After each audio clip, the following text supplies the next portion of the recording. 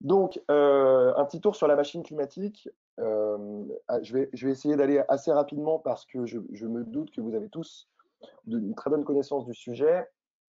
J'aime beaucoup cette phrase parce que elle résume pas mal le problème du climat, c'est-à-dire qu'il faut 10 secondes pour raconter une bêtise en matière de changement climatique et 10 minutes pour expliquer pourquoi c'en est une. Donc on appelle ça en fait le théorème de Brandolino, c'est-à-dire que, et on le voit très bien aujourd'hui avec les réseaux sociaux, hein, c'est que en un tweet, vous pouvez raconter une bêtise, mais il faut écrire un livre pour expliquer pourquoi ce tweet raconte n'importe quoi. Donc on passe toujours beaucoup plus d'énergie à défaire les fake news qu'à les créer. Et donc ça fonctionne particulièrement bien pour ce qui est du climat. Alors, l'historique de la recherche scientifique, en fait, elle a plus d'un siècle avec Joseph Fourier, qui a grimpé les montagnes des Alpes pour se rapprocher du Soleil et faire des échanges de masse thermique, et qui a donc commencé à théoriser ensuite avec John Tyndall, qui a théorisé l'effet de serre, donc cette fameuse couverture qui nous permet d'avoir une moyenne à 15 degrés à l'échelle de la planète. Et puis ensuite, on a un prix Nobel, Svante Arrhenius, qui lui, en fait, a mis des chiffres sur cette théorie des gaz à effet de serre et qui a clairement énoncé le problème d'aujourd'hui.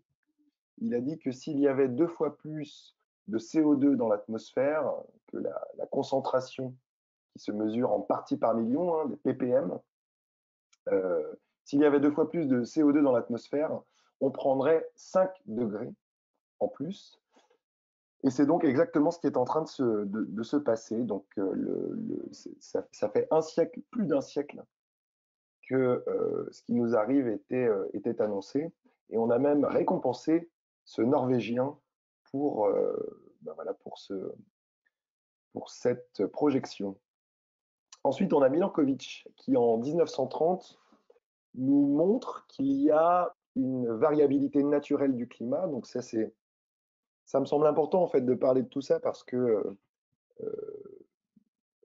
pour embarquer l'opinion, il est important d'apporter des nuances quand on parle de changement climatique pour ne pas brusquer, même s'il y a urgence. Donc on voit bien qu'on est sur une ligne de crête qui est délicate parce que il faut agir vite et fort, mais il ne faut pas brusquer l'opinion publique qui est attachée à beaucoup de choses, notamment en termes de conflit.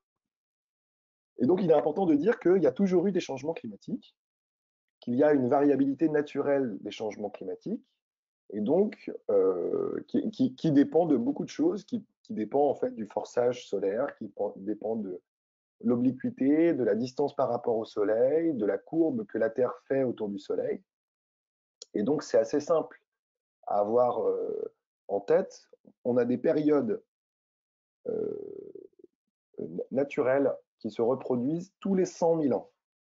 Donc, tous les 100 000 ans, on a 80 000 ans de période de glaciation, d'accord, et 20 000 ans de période interglaciaire ou période chaude, si vous voulez, donc période dans laquelle nous sommes aujourd'hui. Et on a justement une variation comme ça des périodes de glaciation à l'échelle de la planète tous les 100 000 ans. Entre le moment où il fait le plus chaud et le moment où il fait le plus froid dans ces périodes-là, on a une différence de, allez, je dirais 4, 5 ou 6 degrés, ça dépend, mais disons 5 degrés. D'accord? De plus ou moins 5 degrés entre deux périodes glaciaires et interglaciaires. Donc ce qu'on voit, c'est que la planète, en plusieurs milliers d'années, fait plus ou moins 5 degrés. Ce que nous sommes en train de faire aujourd'hui, c'est plus 5 degrés en 200 ans. Et donc quand vous avez dit ça, vous avez tout dit. C'est-à-dire que la variabilité naturelle du climat se déroule sur plusieurs milliers d'années, et on est sur je dirais sur une partie de plus ou moins 5 degrés. on est sur aujourd'hui la même différence de degrés qui nous sépare de la dernière période de glaciation, mais on le fait en 200 ans. Ça, c'est le premier point. Et le deuxième point, c'est que on entre dans une période inédite, puisque en période interglaciaire, période chaude, on va bien au-delà de la variabilité naturelle du climat. Je dirais à un moment où on aurait dû, la température aurait dû baisser pour retourner dans une phase glaciaire. Là, en fait, on fait exploser le plafond et on arrive dans une phase qui est totalement nouvelle. Donc ensuite, on a des océanographes et des glaciologues qui continuent d'avancer avec un instinct scientifique qui marque les grandes avancées de la science et notamment de la climatologie. On a Roger Revel, en fait, qui est américain et qui pressent que, en observant l'océan, il pressent que l'homme est en train de changer le climat. Et ça aussi, c'est inédit. Depuis toujours, c'est le climat qui change la vie des hommes. D'accord? Toutes les grandes civilisations, les grandes révolutions, les grandes émeutes, les différents effondrements viennent d'une modification du climat. Alors qui peut survenir par une éruption volcanique, par un phénomène totalement exogène qui crée des hivers et qui font baisser la température de la planète, mais de toute façon, on a toujours eu, que ce soit les Mayas, que ce soit la Révolution française par exemple, on a toujours un phénomène climatique qui met les gens dans la rue et qui font couper des têtes, voilà, pour faire très court. Et pour la première fois, c'est l'homme qui agit sur le climat. En 77, aux États-Unis, on a un moment faste, une période dorée de la prise de conscience. On a un livre qui l'explique très très bien, qui s'appelle Perdre la Terre de Nathaniel Rich. Et donc c'est le rapport Killing. Al Gore n'est pas très loin à ce moment-là. Et donc on a un rapport qui montre qu'on savait tout dès la fin des années 70 et le début des années 80. Reagan était aussi très moteur dans la lutte contre les changements climatiques. Et à partir de ce moment-là, on a eu je dirais une campagne de sape de ce qu'on appelle les marchands de doute, portés notamment par les pétroliers, Exxon en tête, qui a créé une sorte d'incertitude dans l'action, alors que le rapport Killing nous dit déjà tout en fait sur la connaissance de la climatologie. Donc on voit qu'on est voilà, ça fait 40 ans en fait. Donc je pense que c'est vraiment une date clé, ce rapport, qui va nous mener jusqu'en 1988 et James Hansen à la NASA. Entre-temps, on a Claude Lorius, un Français qui travaille sur du carottage en Antarctique et qui crée une corrélation parfaite entre les émissions de CO2 et la température sur la planète. Et donc on arrive en 88 avec James Hansen qui est poussé par Al Gore, qui lui en fait a étudié la composition en fait de l'atmosphère de Vénus, qui est beaucoup plus chaude que la Terre et qui s'est dit, et si les gaz à effet de serre augmentaient sur la planète Terre, qu'est-ce qui se passerait? Donc c'est comme ça que James Hansen est devenu un spécialiste de la climatologie, un grand nom de la climatologie à l'échelle mondiale, en étudiant l'impact d'une multiplication des gaz à effet de serre sur la planète. Et donc il est poussé en 88 au Congrès américain pour dire qu'il se passe réellement quelque chose, que l'homme est en train de changer le climat et que ça peut être catastrophique. Voilà. C'est vraiment une date clé parce qu'à partir de là, on peut considérer qu'il y a une forme de responsabilité commune à la race humaine, en fait, à l'humanité, puisque tout le monde sait, et notamment les politiques. Et donc à partir de ce moment-là, on peut commencer à en vouloir aux politiques de ne pas avoir pris les bonnes décisions pour éviter les catastrophes qui surviennent aujourd'hui et qui surviendront demain. Il est plus délicat d'en vouloir aux émissions de gaz à effet de serre des années 50, même si c'est le moment de l'explosion du développement des pays industriels et de la combustion des énergies fossiles, puisque en 1950, on n'avait pas encore cette vision, les politiques, les décideurs n'avaient pas encore en fait la conscience réellement que, la combustion d'énergie fossile allait transformer le climat et était particulièrement dangereux. Voilà, donc l'effet de serre, hein, donc c'est une sorte d'effet couverture qui permet encore une fois, d'avoir 15 degrés à l'échelle de la planète. Ça, je passe rapidement parce que vous le savez. Les gaz à effet de serre, vous les connaissez aussi. Le CO2, donc 75% des émissions d'origine humaine, d'abord de la combustion de l'énergie fossile, mais aussi du changement d'utilisation des sols, notamment l'agriculture et la déforestation. Le méthane, issu du secteur agricole et des décharges, mais aussi de la production d'énergie fossile, notamment de gaz naturel. Vous avez un schéma dessous.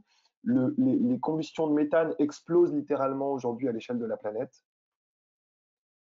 Le protoxyde d'azote, donc ça c'est plutôt le secteur agricole et les industries chimiques. Et enfin les gaz industriels qui n'existent pas à l'échelle, je dirais, au stade naturel sur la planète. Et donc pour lesquels la communauté internationale s'est engagée à réduire, voilà, dans le cadre du protocole de Kigali en 2016, à réduire à zéro l'utilisation de ces gaz industriels, qu'ils sont, vous le savez, donc tous ces gaz ont un pouvoir de réchauffement global qui est différent. Par exemple, le méthane réchauffe 28 fois plus que le CO2.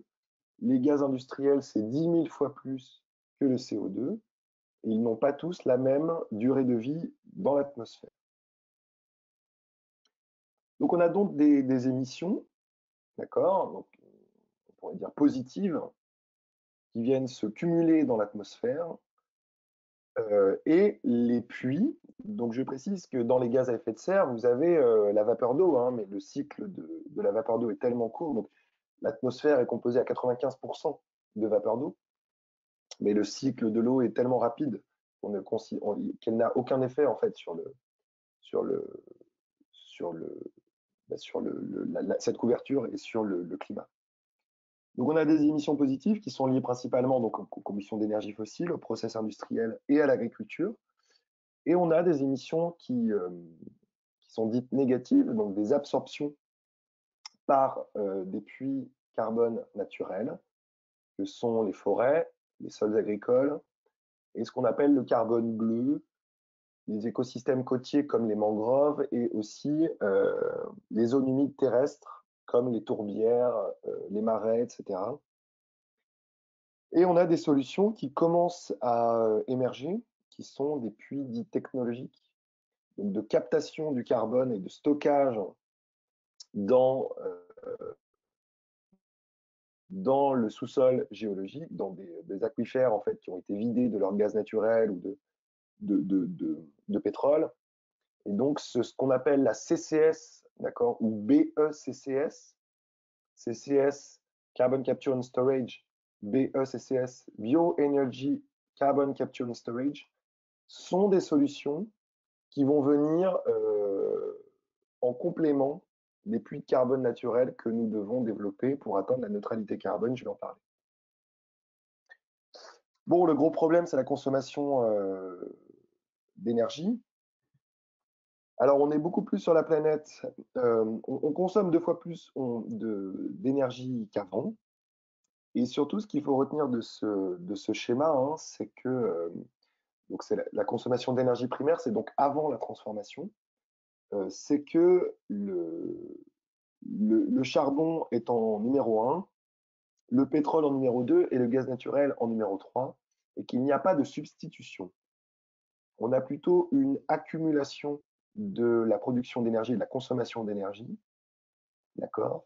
Aujourd'hui, les énergies fossiles que sont le charbon, le pétrole ou le gaz fossile représentent 80% de notre consommation d'énergie.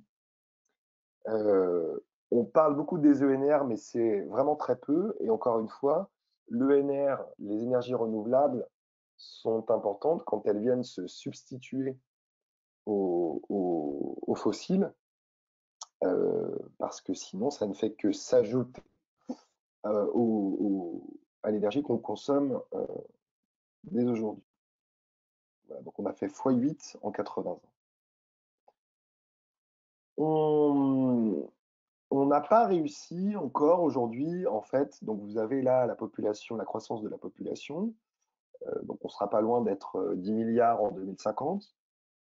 Le PIB et la consommation d'énergie. Et en fait, on n'a pas réussi à découpler la production d'énergie, la consommation d'énergie de la croissance du PIB. Autrement dit, le mot développement, croissance et progrès est intimement lié à la consommation d'énergie qui est à 80% composée d'énergie fossile. Voilà, donc à ce stade, hein, aujourd'hui, ce qu'on appelle croissance verte n'a pour l'instant pas de définition. Dans les faits, il est extrêmement compliqué de décorréler et de découpler cette croissance d'une augmentation des émissions de gaz à effet de serre. On peut toujours parler d'intensité carbone moindre, d'accord? C'est ce qu'on peut commencer à observer. Dans les faits, d'accord, ce que la planète regarde, ça va être la valeur absolue du carbone, des émissions, et pas forcément en intensité. Alors c'est effectivement toujours une bonne chose à prendre, hein, une intensité carbone d'un produit, d'un service, d'un kilowattheure produit, etc. En l'occurrence, il va falloir diminuer en valeur absolue nos émissions de gaz à effet de serre. Je profite pour vous signaler que la crise sanitaire bah, que nous traversons, parce que c'est toujours le cas aujourd'hui, il y a toujours des foyers importants dans le monde, elle va être responsable à l'échelle mondiale d'une décroissance des émissions de l'ordre de 2 à 5% sur l'année. C'est ce que nous devons faire, 2 à 5% pour ne pas dépasser 2 degrés de réchauffement climatique. Donc, dit autrement, il nous faudrait aujourd'hui, en équivalent pour l'économie, un Covid par an. Un Covid par an, si on voulait ne pas dépasser les 2 degrés par an. Vous pouvez faire 2 Covid par an si vous voulez ne pas dépasser les 1,5 degré. Hein, ça veut dire 1,5 degré, c'est moins 7% d'émissions de gaz à effet de serre par an, mais quasiment ad vitam aeternam. Donc on a un journaliste français a parlé d'économie du confinement. Et c'est vrai que si on veut réellement tenir, ne pas dépasser le seuil des 2 degrés, voire des 1,5 degré, comme le dit l'accord de Paris, il nous faut mettre en place une forme d'économie du confinement. Ce qui veut dire moins se déplacer, forcément. Là, pour l'instant, la consommation d'énergie n'a pas été beaucoup touchée. Donc là, on a beaucoup touché au transport principalement. Et donc, on voit bien ce que ça a donné en termes de réduction d'émissions. Voilà à peu près la répartition des émissions, donc la production d'énergie, un peu d'industrie, à peu près un quart d'agriculture et je dirais de changement d'utilisation des sols. Et puis on a un problème sur les puits de carbone, hein, parce qu'on a une forme de reflux, de déstockage du carbone par notamment de la déforestation massive. Donc les émissions de gaz à effet de serre comptent pour à peu près 20% des émissions de gaz à effet de serre à l'échelle mondiale.